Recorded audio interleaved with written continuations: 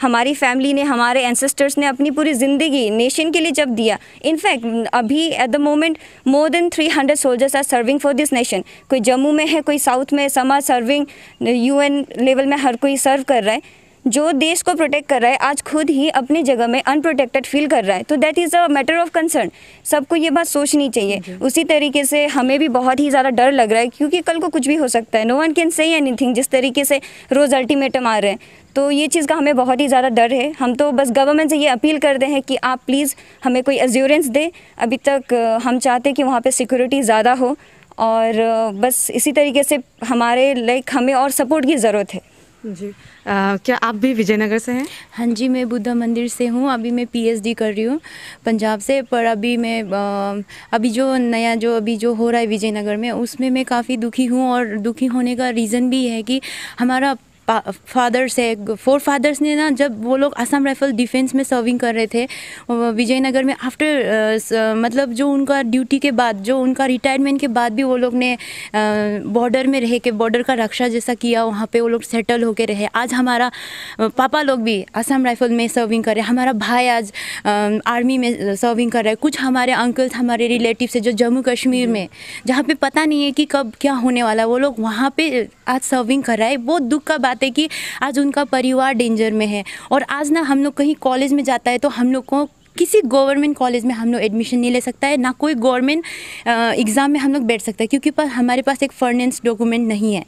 क्या मतलब मैं आज सब सिर्फ अरुणाचल प्रदेश वालों को नहीं, मैं सब नेशन, पूरा इंडिया को ये पूछना चाहती हूँ, क्या कोई फौजी जब तिरंगा में लिपट के आएगा तभी क्या आप कैंडल मार्च करेगा? तभी क्या आप आवाज़ उठाएगा? क्या तब अभी आप नहीं बोलेगा कुछ भी? जब उनका परिवार मुसीबत में है, हम लोग बहुत गुस्सा में है, लेकिन हम लोग ये गुस्सा किसी भी कम्युनिटी के लिए नहीं कर रहा है, ये हम अपने लिए, जो हम लोग का गवर्नमेंट ने हमारे साथ अभी सपोर्ट है बोल रहा है, लेकिन कोई चीज़ हमें ऑफिशियली लिख के नहीं दिया है। कल को कुछ भी हो सकता है। हमारा परिवार रो के बिलक के हमें फ़ोन करता है। हमें पता है हम पूरा रात नहीं सो रहे, हमारे पेरेंट्स नहीं सो रहे, हमारे पेरेंट्स अच्छे से ड्यूटी नहीं दे पा रहे। वो टेंस है कि हमारे आज क्या होने वाला है, कल क्या होने वाला, कहीं हमारे माता पिता को ना मारे, हमारे भाई को ना मारे, बहन को ना मारे। इतना ज़्यादा टेंशन हो गया अभी। ये बहुत मैटर ऑफ कंसर्न है। मैं रिक्वेस्ट करूँगी कि जो भी हमारा अरुणाचल प्रदेश में हायर अथॉरिटीज़, हमारा MLA, CM, प्लीज़ इस चीज़ को देखें और हमें एश्योरेंस दे, हमें ऑफिशियली लेटर लिख के दे कि वो लोग हमारे प्रोटेक्शन के लिए हमारे साथ खड़े हैं। मैं यही बोलना चाहूँगी। और जैसे हमें इलीगल सेटलर्स का नाम दिया गया था, that is really really bad. हमें आप लोगों ने किस बेसिस पे इलीगल सेटलर कहा गया? जब हमें गवर्नमेंट ने रखा था, गवर्नमेंट ने उस जगह को प्रोटेक्ट करने के लिए रखा गया, आप हमें किस बेसिस पे इलीगल सेटलर बोल सकते हैं? अभी एक सोल्जर का हक है, जब वो एक इंडियन सोल्जर हो सकता है, इंडियन सोल्जर होके वो अपनी ही जगह पे कैसे रेफ्यूजी हो सकता है? आज आप कह रहे हो हमें वहाँ से हटने के लिए, हम कहाँ जाएंगे? आप ये हमसे कह रहे हो कि ये इलीगल लोग हैं यहाँ, ये अपने मन मर्जी से। हम वहाँ अपने मर्जी से नहीं गए थे। हमारे फोर फादर्स को उस जगह को प्रोटेक्ट करने के लिए वहाँ रखा गया था। उनको उस समय ये नहीं पता था कि हमारे फ्यूचर जनरेशन को ये सब आज फेस करना होगा। तो प्लीज़ मैं ये सबसे अपील कर रही हूँ गवर्नमेंट से, आप प्लीज़ इस सिचुएशन को देखिए और हमारा साथ दीजिए। Thank you. हमें भी अपना बात हमारे सभी अरुणाचल के इंडिजिनस वासियों के आगे रखने का मौका दिया। इसके लिए हम अरुणाचल टुडे को बहुत बहुत धन्यवाद देते हैं। अभी हम लोग को आज प्रेस में आने का ज़रूरत इसलिए पड़ा क्योंकि आज सभी जानते हैं विजयनगर पे क्या हो रहा है। इतने सालों से हम लोग इतने पीस एंड हार्मोनी मेंटेन करके वहाँ पे बैठे हैं। वहाँ पे दो कम्युनिटीज़ है, एक हमारा सेटलर्स कम्युनिटी है और दूसरा हमारा योबिन कम्युनिटी है। दोनों ही इतने सालों से पीस एंड हार्मोनी को मेंटेन करके बैठा हुआ है, लेकिन अभी जो फ़िलहाल घटना हुआ है उसके कारण आज हम लोगों को प्रेस ब्रीफिंग करने का बहुत ही ज़रूरत महसूस हुआ। इसलिए आज आप लोगों के सामने आए हैं। हम लोग सबसे पहले ये बताना चाहते हैं कि 2-3 सालों से हम लोग जो देखते आ रहे हैं सोशल मीडिया पे कि विजयनगर के बारे में बहुत ही चर्चा हो रहा है। उसमें हमने ये पाया कि बहुत सारा मिस इन्फॉर्मेशन और मैनिपुलेटेड फैक्ट्स आप लोगों के सामने रखा गया है। सेटलमेंट स्कीम अप्रूव होने के बाद आपका फिर बहुत सा सीरीज़ ऑफ मिनिस्ट्रियल मीटिंग किया गया, जो कि 1964-65 में जो कि 3 तरह का मीटिंग किया गया।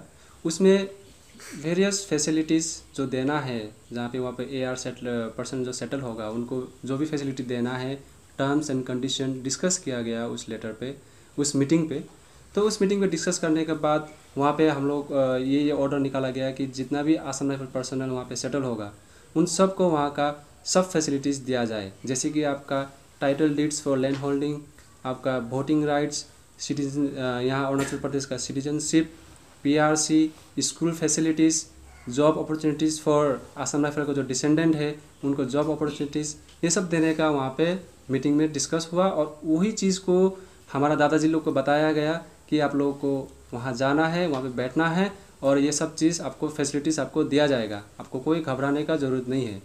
तो इसी चीज़ को सुनते हुए हमारा दादाजी लोग वहाँ पे ऑन ड्यूटी गया, ऑन ड्यूटी विजयनगर पे गया। विजयनगर में जाने के बाद उन लोगों ने वहाँ पे जो लैंड उन लोगों को अलॉट किया गया, लैंड अलॉट करने के बाद उनने जो लैंड को जितना भी जंगल था उस समय में, जंगल पूरा क्लियर करके उसको एक कल्टिवेबल लैंड बनाया और वहाँ पे उन लोगों को बैठाया गया। तो पहले पहले जब हम लोग दादाजी लोग वहाँ पे रहते थे तो वो लोग बोलते हैं आज भी कि गवर्नमेंट ने उनको घर तक बना के दिया, घर बना के दिया, प्लस उनको जितना भी एग्रीकल्चर में जो जो सामान चाहिए, एग्रीकल्चरल टूल्स दिया, साथ में उनको बहुत सारे और फैसिलिटीज़ भी दिए ताकि वो मोटिवेट होकर वहाँ पे रह सके। तो उसी तरह उन लोगों को वहाँ पे रखा गया। तो इस दौरान उन लोग को रखने के बाद फिर जो जो फैसिलिटीज़ उसको देना था वो तो उस समय में चल रहा था, मैं दे रहा था उस समय में, क्योंकि Arunachal state full fledge Arunachal state नहीं हुआ था तब, तो नेफा एडमिनिस्ट्रेशन के अंदर में था और नेफा के नाम से अरुणाचल को जाना जाता था। तब वो नेफा एक यूनियन टेरिटरी था। तब उस समय में जितना भी फैसिलिटी था हम लोग दादाजी लोग को वो सब दिया गया। लेकिन जब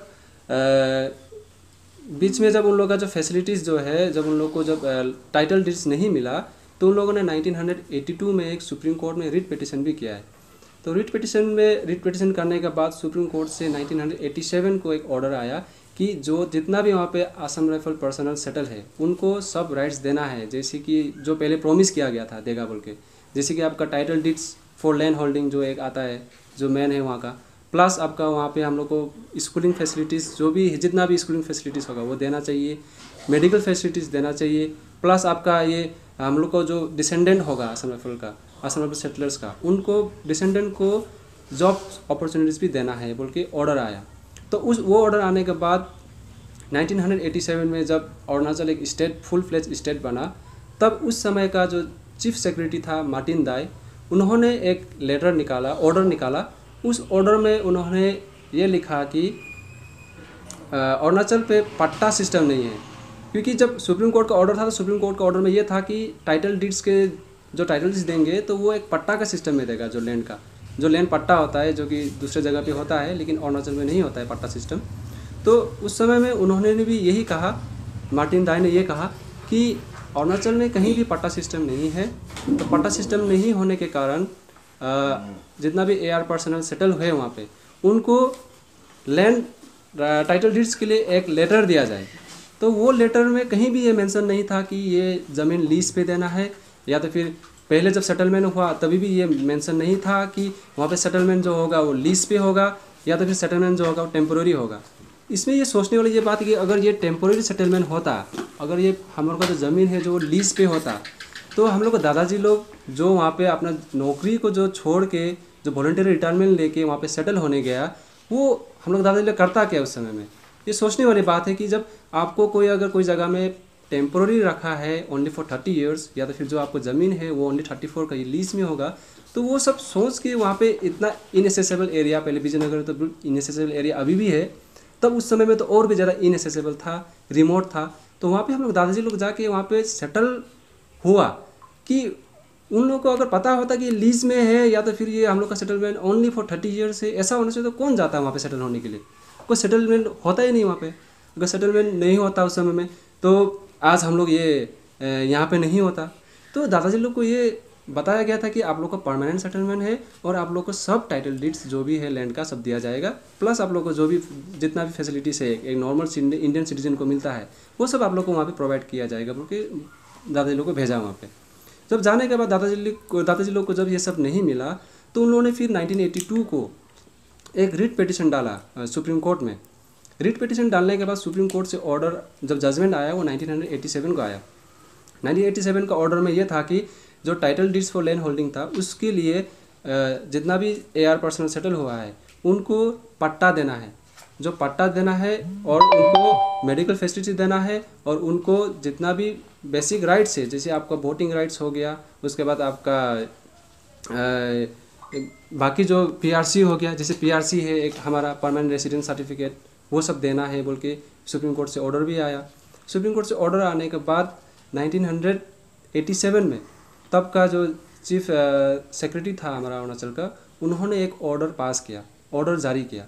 उस ऑर्डर में ये लिखा था उन्होंने कि title deeds for land holding के लिए कि since patta system is not prevalent in whole Arunachal, क्योंकि अरुणाचल में पट्टा सिस्टम नहीं चलता है, तो जितना भी AR पर्सनल सेटल है उनको एक लैंड अलॉटमेंट का एक सर्टिफिकेट दिया जाए या तो एक लेटर दिया जाए। तो वहाँ पे कहीं भी लीज बोल के मेंशन नहीं था और सुप्रीम कोर्ट से भी कोई लीज बोल के मेंशन नहीं है। और जब हम लोग को दादाजी लोग को बिठाया गया तभी भी उन लोग को ये भी बताया नहीं गया कि लीज में जाके बैठना है।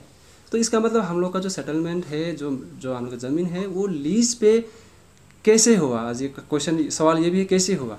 तो ये लीज पे था नहीं। तो इसके लिए हम लोग अगर गौर से इसमें देखेंगे तो ये आपका स्टेट गवर्नमेंट से जो ऑर्डर आया, स्टेट गवर्नमेंट से ऑर्डर आने के बाद जो आपका लोकल एडमिनिस्ट्रेशन होता है, जैसे कि आपका नीचे का लेवल, जो डिस्ट्रिक्ट लेवल या तो फिर आपका सर्कल लेवल, वहाँ से भूल हुआ है। भूल हुआ इन द सेंस उन लोगों ने क्या किया कि उस समय में लैंड लॉ नहीं था अरुणाचल का, तो इन लोगों को जो लैंड है वो लीज में देते 30 ईयर्स का, ये बोल के भी शायद दिया होगा। अगर लीज में दिया है तो वो तो हम लोग का दादाजी लोग को पढ़ा लिखा नहीं है, उन लोग को पता नहीं है लैंड कैसे दिया है, क्योंकि वो लोग तो उस समय भरवली जो बोला गया उन लोग को उस पर वो लोग ने विश्वास किया। तो लीज में जब दिया उन लोग को पढ़ने उन्हें नहीं आता है। तो अगर लीज पे दिया है, अगर लीज में देना ही था तो उस समय में लीज तो एक एग्रीमेंट होता है, तो एग्रीमेंट में तो हम लोग को दादाजी लोग को साइन होना पड़ेगा ना कि हम लोग लीज में रहेगा इस ज़मीन पे बोल के। तो वो तो बिल्कुल हुआ नहीं और हम लोग दादाजी लोग का कहीं भी साइन भी नहीं है लीज एग्रीमेंट में। तो इसीलिए अभी वो चीज़ जाके हम लोग को प्रॉब्लम क्रिएट कर रहा है कि अभी हम लोग का ज़मीन लीज में है बोल के अभी हम लोग को प्रॉब्लम उस पर आ रहा है। तो सबसे पहले मैं क्लैरिफिकेशन ये भी देना चाहूँगा कि हमारा ज़मीन लीज पे नहीं था और हमारा सेटलमेंट टेम्प्रोरी नहीं था, ये मैं आज क्लैरिफिकेशन देना चाहता हूँ। क्योंकि according to supreme court order और अकॉर्डिंग टू तब का जब मार्टिन दाई का जो चीफ सेक्रेटरी थे उनका जो ऑर्डर है, उनके मुताबिक हमारा ज़मीन लीज में बिल्कुल ही नहीं था, वो हमारे परमानेंट देना चाहिए था गवर्नमेंट को। तो आज जाके वो लीज हुआ है, तो उसके लिए भी हम लोग क्लैरिफिकेशन देना चाहता है या फिर हम लोग गवर्नमेंट को भी रिक्वेस्ट करना चाहता है कि इस चीज़ को आप लोग थोड़ा सा देखिए, ध्यान दीजिए कि ये कैसे, कहाँ पे गड़बड़ हुआ, कैसे ये परमानेंट सेटलमेंट को आज आप लोग टेम्पोररी सेटलमेंट बोल रहा है और परमानेंट जो ज़मीन दिया था उसको लीज में जाके ये कन्वर्ट हो गया। आज हम लोग जब यूथ है, जब पढ़ा लिखा हो गया, आज हम लोग जब अपना डॉक्यूमेंट देखता है तो वहाँ पर लिखा है कि लीज पे ऐसा करके दिया था बोल के अभी हम लोग को बोलता है, तो वो तो बिल्कुल होना नहीं था। और सेकंड क्लैरिफिकेशन ये है कि अभी हम लोग को बोला जा रहा है कि हम लोग इलीगल सेटलर है। तो ये इलीगल सेटलर हम लोग कैसे हुआ, ये तो पहले नेफा एडमिनिस्ट्रेशन ने एक प्रपोजल रखा सेंट्रल गवर्नमेंट को, फिर सेंट्रल गवर्नमेंट ने फिर उसको अप्रूव किया और सेंट्रल गवर्नमेंट ने हम लोग को जो सेटलमेंट स्कीम है उसको अप्रूव करते हुए बोला था कि 4th 5 ईयर प्लान के तहत हम लोग को वहाँ पे सेटलमेंट किया जाए। तो ये पूरा कोऑर्डिनेटेड सेटलमेंट है। तो आज जाके इलीगल सेटलमेंट कैसे हुआ, ये तो इसमें भी मैं क्लैरिफिकेशन देना चाहता हूँ कि हमारा सेटलमेंट बिल्कुल भी इलीगल नहीं है, ये पूरा एकदम परमानेंट सेटलमेंट है जो कि सेंट्रल गवर्नमेंट और नेफा गवर्नमेंट दोनों का कंसेंट में हुआ है। तो आज जाके हम लोग वहाँ पे रह रहा है, इतने सालों से वहाँ पे बैठ रहा है, तो हम लोग वहाँ पे आज इलीगल सेटलर हम लोग को कहलाया बोलता है, मतलब बाकी लोग। तो ये चीज़ भी हम क्लेरिफाई करना चाहता है कि हम लोग बिल्कुल भी इलीगल सेटलर नहीं है। और इस सोचने वाली भी बात है, हमें रिक्वेस्ट करता हूँ हमारे जितने भी इंडिजिनस बाकी ट्राइब है हमारे अरुणाचल के, जितने यहाँ के निवासी है, वो भी इस बात को थोड़ा सा ध्यान दें कि ये सोचे कि हम लोग वहाँ पे रह रहा है तो कैसे रह रहा है इतने सालों से। 1967 से हम लोग वहाँ पे रह रहा है, 1967 से आज 2020 हो गया, इतना सालों से हम वहाँ पे रहते आ रहे हैं। तो ये भी सोचना पड़ेगा कि हम लोग वहाँ पे पहुँचा कैसे। इतना इनएसेसेबल जगह है, इतना दूर है, मतलब यहाँ मियाओ से आपका 157 किलोमीटर है, रोड लिंक नहीं है, तो हम लोग वहाँ पे कैसे पहुँचा। हम लोग ऐसे ड्वेलिंग कोई हम लोग का ये नहीं था, पॉपुलेशन नहीं था, और हम लोग कोई फ्लोटिंग पॉपुलेशन नहीं है, हम लोग कोई जगह से माइग्रेट होकर वहाँ पे आया नहीं है अपने मर्जी से, हमें तो वहाँ पे ले जाके सेटल किया गया। जब गवर्नमेंट ने जब हम लोग का सेटलमेंट वहाँ पे किया है, जब हम लोग का आदमी को ले जाके वहाँ पे सेटल किया है, तो आज हम लोग के ऊपर ये क्वेश्चन क्यों आ रहा है कि हम लोग इलीगल सेटलर है। तो ये क्वेश्चन भी आपका जो आप लोगों को बताया जा रहा है कि हम लोग इलीगल सेटलर है, तो ये भी मैं क्लैरिफाई करना चाहता हूँ कि हम लोग बिल्कुल भी इलीगल सेटलर नहीं है। हमारे पास डॉक्यूमेंट है और सेटलमेंट का जितना भी प्रोसेस हुआ है सब लीगल वे पे हुआ है, तो आज हम लोग वहाँ पे रखा है। तो इसके बाद मैं आपको थोड़ा सा सेटलमेंट के बारे में बताना चाहता हूँ कि कैसे सेटलमेंट हुआ। सेटलमेंट स्कीम जब पास हो गया सेंट्रल गवर्नमेंट से, तब सेटलमेंट हुआ आपका इसमें फेस वाइज में, आपका first phase, second phase, third phase और फोर्थ फेज में। तो आपका सेटलमेंट स्टार्ट हुआ 1967 को और ख़त्म हुआ 1971 को। तो 1967 टू 1971 के बीच में 200 असम राइफल फैमिलीज़ को वहाँ पे सेटल किया गया और वहाँ पे सेटल करने के बाद उनको सबको 10 to 11 एकर्स लैंड अलॉट किया गया। तो इसी तरह से हम लोग का वहाँ पे सेटलमेंट हुआ और तब से जब से सेटलमेंट हुआ तब से हम लोग उसी लैंड पे रहते हैं। हमारा वहाँ से कोई बाहर कोई ऐसा नहीं है कि हम लोग अपना लैंड को छोड़ के कहीं चले गए, दूसरे के लैंड पे चला गया, या फिर हम लोग अपना जो अलॉटेड लैंड है उसके बाहर जाके हम लोग कुछ कर रहे हैं, ये भी नहीं है। हम लोग को जो लैंड दिया गया है उसी पे हम लोग रहते हैं, उसी पे खेती करते हैं, उसी पे खाते हैं। और जब सेटलमेंट किया गया 200 फैमिलीज़ को, तब आपका हम लोग को जो 9 विलेजेस में डिवाइड किया गया। तो हम लोग का जो 9 विलेज है वो भी आपका रजिस्टर्ड विलेज है और हम लोग का वो 9 विलेज से जो 200 फैमिली सेटल हुआ था उससे जाके आज हमारा पॉपुलेशन नियरली 2300 to 2500 है। तो आप सोचिए कि 200 फैमिलीज़, एक फैमिली में कम से कम 4 मेंबर तो होगा ही, कम से 4 मेंबर होगा तो कम से कम हमारा 800 वहाँ पे पॉपुलेशन था जब सेटलमेंट के टाइम पे, 800 to 900, यहाँ तक कि 1000 भी हो सकता है क्योंकि किसी का फैमिली मेंबर ज़्यादा हो सकता है।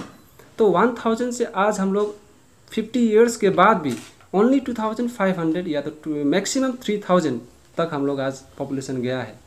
तो जो ये हमारे ऊपर एलिगेशन आ रहा है कि ये लोग नॉन APST है, वहाँ पे रह रहा है और इन लोग बाहर बाद में जाके अरुणाचल के लिए एक प्रॉब्लम बन जाएगा, बाहर निकल जाएगा लोग पॉपुलेशन और बाहर जाके वो लोग प्रॉब्लम करेगा, तो ये भी पॉसिबल नहीं है क्योंकि हमारा जो ये जो पॉपुलेशन है वो हम लोग का कोई बाहर से इन्फ्लक्स नहीं हो रहा है। हमारा और कोई दूसरा जगह नहीं है रहने के लिए। जस्ट विजयनगर पे रहा है हम लोग के दादाजी लोग, वो लोग का तो पहले अपना अपना जगह था, वो अपना अपना एरिया पे रहते थे। तो वहाँ से वो लोग को उठा के सेंट्रल गवर्नमेंट ने जब एक तरह से ज़बरदस्ती भी बोल सकते हैं उसको, वो लोगों को तो ऑर्डर दिया गया क्योंकि वो लोग तो आर्मी में थे, मतलब असम राइफल में थे। एक डिफेंस पर्सनल को जब हायर अथॉरिटी ऑर्डर देता है तो उनको तो मानना पड़ता है। तो उसी ऑर्डर के तौर पे ही वो लोग गया वहाँ पे और वहाँ पे ये बोल के बैठाया गया कि आप लोग को यहाँ पे रहना है, ये स्ट्रेटेजिक पॉइंट है, इस जगह को प्रोटेक्ट करना है, इस इंडियन बॉर्डर को प्रोटेक्ट करना है बोल के बैठाया गया। तो इसमें और मैं एक बात बोलना चाहता हूँ कि जब हमारा दादाजी लोग को 1967 से 1971 तक सेटलमेंट कराया, तो 71 के बाद 1972 में वहाँ पे इंडिया और म्यांमार का बॉर्डर डिमार्केशन हुआ। उससे पहले वहाँ पे बॉर्डर डिमार्केशन नहीं हुआ था। तो ये भी सोचने वाली बात है कि हम लोग का दादाजी लोग जाने के बाद ही क्यों बॉर्डर डिमार्केशन हुआ, उससे पहले क्यों बॉर्डर डिमार्केशन नहीं किया गया वहाँ पे। तो इससे हम लोग ये भी कह सकते हैं कि हम लोग दादाजी लोग का जो मेन ऑब्जेक्टिव बिठाने का था ये सेंट्रल गवर्नमेंट और नेफा एडमिनिस्ट्रेशन का, कि वो जगह जो है उसको एक इंडिया का पार्ट भी बनाना जो भी था उन लोग का, हो सकता है कि वो जो भी इंटेंशन था उन लोग का ऐसा करके वहाँ पे सेटलमेंट किया हो सकता है। तो ये चीज़ भी ध्यान में रखने वाली बात है। और इससे पहले जब हमारा दादाजी लोग वहाँ पे रहते थे तो 1972 से पहले हम लोग को दादाजी लोग को बाहर जाना भी अलाउ नहीं था। अगर बाहर जाएगा तो कैसे जाएगा, पर रोड तो है नहीं, रोड तो था ही नहीं उस समय में। तो जाएगा तो आपका उस समय में एयर सर्विस था, एयरवेज था। तो एयर सर्विस में जब वो लोग डिब्रूगढ़ तक अगर आना है कुछ मेडिकल इमरजेंसी में, तो वो लोग विथ एस्कॉर्ट आता था, साथ में एस्कॉर्ट आता था उसके साथ में। इसका मतलब कि ये कि आप कहीं डिब्रूगढ़ आके कहीं अपना ओरिजिनल घर पे भाग ना जाए, एस्कॉर्ट के साथ आता था। एस्कॉर्ट के साथ आके अपना जो भी काम करना है, जो भी ट्रीटमेंट कराना है करके फिर वापस उनको विजयनगर ले जाया जाता था 1972 से पहले। तो इसमें ये सोचने वाली बात है कि ऐसा करके क्यों 1972 तक ऐसा किया गवर्नमेंट ने, और 1972 के बाद दादाजी लोग को क्यों वहाँ पे ऐसे मतलब छोड़ दिया गया, मतलब। तो ये भी सोचने वाली बात है। आप लोग भी यहाँ के इंडिजिनस है, आप लोग तो यहाँ इस स्टेट के गार्जियंस के तौर पे रहते हैं, तो आप लोग को भी ये चीज़ थोड़ा सा सोचिए आप लोग भी कि ऐसा क्यों किया गया हमारे साथ। तो इसके बाद 1972 के बाद जब वहाँ पे दादाजी लोग रहने लगा तो 1982 में जब दादाजी लोग को जो प्रॉमिस किया गया था वो सब जब गवर्नमेंट ने नहीं दिया, फैसिलिटीज़ बहुत सारा पहले दिया भी था लेकिन बहुत सारा चीज़ नहीं दिया था, तो नहीं देने के बाद उन लोगों ने रिट पिटिशन भी किया। वो आपको मैं बताया रिट पिटिशन में क्या क्या आया। उसके बाद फिर 1987 में आपका स्टेट हुआ। स्टेट होने के बाद हम लोग को 1990 में जाके जो हमारा लैंड है वो लीज पे दिया है। तो आप सोचें 1971 से 1990 तक हम लोग कैसे रह रहा था वहाँ पे, किस बेसिस पे रह रहा था। हम लोग को गवर्नमेंट ने रखा, जब लीज में ही रखना था तो 71 से डायरेक्ट रखना था लीज पे। अभी तो हम लोग का तो 2 टर्म हो जाना था लीज का। अभी बोल रहा है कि हम लोग का लीज 2020 को ख़त्म हो जाएगा, 1990 से लेकर 2020 तक। तो 1971 से 1990 तक हम लोग को कैसे रखा था, जो 20 ईयर्स का 19 to 20 ईयर्स का गैप है उस पर कैसे रखा था, ये भी एक क्वेश्चन है, ये भी एक आप लोग को भी जानना चाहिए। तो इसी तरह से हम लोग के बारे में बहुत सारा रॉन्ग इन्फॉर्मेशन बाहर मतलब आप लोगों के सामने रखा गया है। तो ये आप लोग इंडिजिनस है इस स्टेट का, तो आप लोग का ये हक बनता है कि आप लोग को भी मतलब जो सच्चाई है विजयनगर का, जो वहाँ का हिस्ट्री का जो सच्चाई है वो जानने का आपको भी हक बनता है। और हम लोग भी विजयनगर का एक वहाँ का वासिंदा होने के नाते ये भी हम लोग का एक धर्म भी बनता है या तो हम लोग का कर्म भी बनता है कि आप लोगों को हम लोग सच्चाई बताए। आप लोग को सच्चाई बताना हम लोग का कर्तव्य भी है। तो इसीलिए मैं चाहता हूँ कि आप सभी लोग वन साइडेड स्टोरी, जो वन साइडेड हिस्ट्री है उसको ही लेके कोई कंक्लूजन पे ना आए। आप लोग खुद विजयनगर पे आए, विजयनगर पे जाके ऑन ग्राउंड रियलिटी क्या है वो आप लोग देखिए। क्योंकि हमारा सेटलमेंट भी अगर इलीगल होता तो हम लोग खुद ही बोलता कि इलीगल है, हम लोग अपने आप कहीं से आया है, हम लोग फ्लोटिंग पॉपुलेशन है, हम लोग कोई दूसरा स्टेट से माइग्रेट होकर वहाँ पे बैठा है, ऐसा हम लोग भी बोलता। लेकिन हम लोग को भी पता है क्योंकि अरुणाचल एक प्रोटेक्टेड स्टेट है जिसको बहुत सारा प्रोटेक्शन दिया गया है, फुल्ली ट्राइबल स्टेट। तो आज हम लोग नॉन एपीएसटी के तौर पे रह रहे हैं, तो हम लोग खुद ही बोलता है कि हम लोग अगर इलीगल होता तो इस तरह से हम लोग वहाँ पे रह रहा है, हम लोग कोई राइट्स का डिमांड भी नहीं करता। लेकिन जबकि हमारा दादा हम लोग का जो फोर फादर्स था उन लोगों को ज़बरदस्ती लेके वहाँ पे रखा गया है। रखने के बाद जब प्रॉमिस किया गया था कि सब कुछ देगा तुम लोग, आप लोगों को सब कुछ दिया जाएगा, तो सब कुछ देगा बोल के आज हम लोग ये सिचुएशन में आ गया कि हम लोग का सब कुछ छीन गया है। पहले बीच में हम लोग को पीआरसी दिया था, पीआरसी भी छीन लिया 1994-5 में छीन लिया। उसके बाद अभी हम लोग को पंचायत में भी हम लोग 1976 से दिया था हम लोग को, वो भी आप उसके लिए भी अभी वापस आ रहा है कि हम लोग को वो राइट्स भी छीनना है। तो ऐसा होने से तो हम लोग कहाँ जाएगा और कैसे उस जगह पे रहेगा। क्योंकि किसी भी आदमी को कोई भी जगह में सस्टेन करने के लिए उसको बेसिक राइट्स तो चाहिए ही। Without any fundamental rights, without any basic rights हम लोग वहाँ पे कैसे रहेगा। और जो कि जैसे कि अभी ऐसा अल्टीमेटम आ रहा है हम लोग को कि सेटलर्स जो है आसाम में सेटलर्स वो लोग को वहाँ से निकाल के भेज देना है कहीं। तो अभी कहाँ जाएगा हम लोग।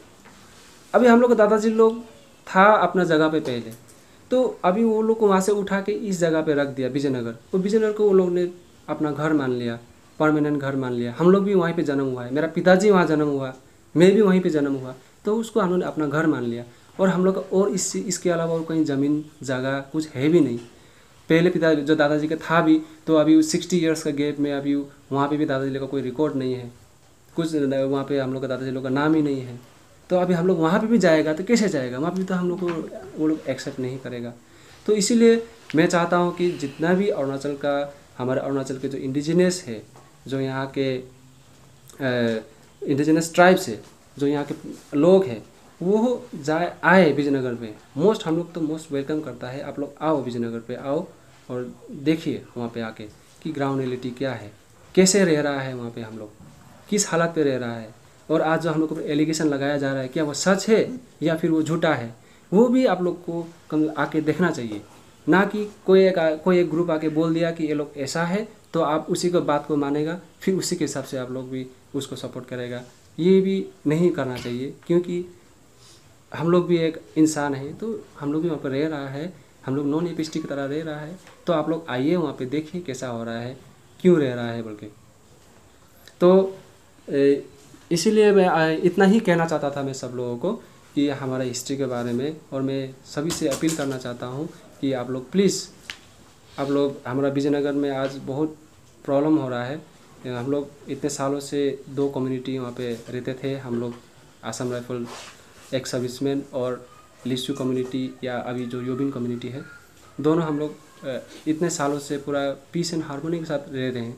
तो अभी रिसेंट का जो इंसिडेंट हुआ उसको देखते हुए हम लोग को भी ये लगा कि हम लोग को भी अपना क्लैरिफाई देना ज़रूरी है, क्योंकि उनको भी जो भी उसका डिमांड है वो डेमोक्रेटिकली रखना चाहिए और हमारे साथ आके टेबल में बैठ के भी बात कर सकता है, हमसे वो प्रूफ मांग सकता है। और जो भी हम लोग का सेटलमेंट का जो जैसे आया, हम लोग कैसे आए, यहाँ पे क्यों बैठा, उसके लिए जो भी डिबेट करना है हमारे साथ आ सकता है, बैठ के बात कर सकता है दोनों मिलके। लेकिन ऐसे इतना शांति जगह में जाके वायलेंस क्रिएट करके वहाँ पे जाके आपको लोगों को हैंड में लेके ऐसे कोई भी डिमांड जब ऐसा रखेगा तो वो तो अनडेमोक्रेटिकली हो जाता है। ऊपर से इस चीज़ को हम लोग सपोर्ट भी नहीं करता है और हम लोग ने कभी भी ऐसा किया नहीं अभी तक, और हमारे विजयनगर में कभी ऐसा हुआ भी नहीं। ये आज फर्स्ट टाइम ऐसा देख रहा है हम लोग। तो इसीलिए हम लोग को ये लगा कि हम लोग को यहाँ के इंडिजिनस को बताना चाहिए कि वहाँ पे क्या हो रहा है और वहाँ का रियल हिस्ट्री क्या है। तो आप लोग आइए, हमारा जगह बहुत शांति है, वहाँ पे बहुत पीस है, वहाँ पे आप लोग आइए और आप लोग आके वहाँ पे जो भी ये कर रहा है उनको भी आप समझाइए। समझाने के बाद हम लोग ये चाहता है कि हमारे जगह पे फिर से पीस प्रिवेल हो, फिर से पीस एंड हार्मोनी हो, दोनों कम्युनिटी एकदम मिलजुल के रहे, यही मैं चाहता हूँ। धन्यवाद।